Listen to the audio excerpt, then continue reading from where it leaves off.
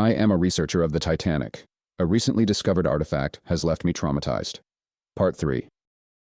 During the day they were subtle, background noise that could be mistaken for the hum of fluorescent lights or the distant murmur of traffic, but at night they became a symphony of terror, hundreds of voices, overlapping, desperate.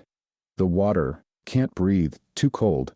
I started keeping a journal, not for academic purposes but as a desperate attempt to maintain my sanity, to track the progression of whatever was happening to me. Entry, October 17th. The dreams are becoming more specific. I'm not just experiencing Thomas's memories. I'm beginning to understand his entire life. His hopes, his fears, the smell of his mother's bread, the calluses on his hands from working the fields, the weight of his single best suit, purchased specifically for the journey to America. I know the exact moment he realized the ship was doomed. It wasn't a sudden revelation, not a dramatic moment of terror, just a slow, terrible understanding that crept into his consciousness like ice-cold water.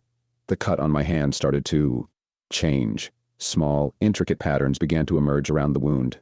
Patterns that looked like nautical maps, like the complex network of corridors inside the Titanic. Thin blue-gray lines that seemed to move when I wasn't directly looking at them. My sleep became a battlefield.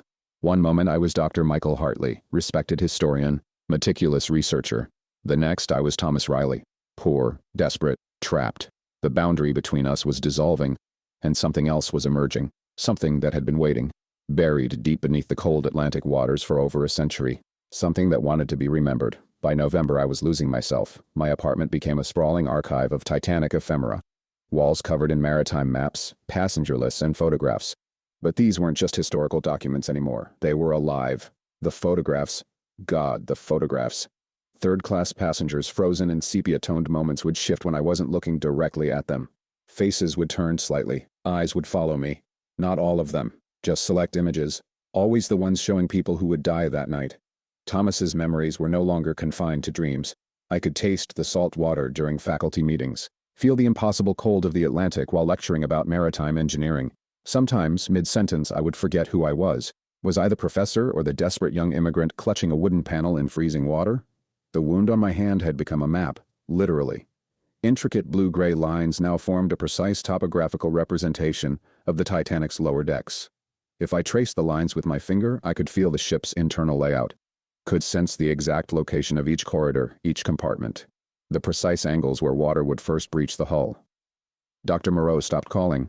My department chair suggested a sabbatical. I was becoming something else, something between historian and haunting. One night, I discovered something in Thomas's memories that chilled me more than the phantom maritime cold that now perpetually surrounded me. Check my profile for Part 4.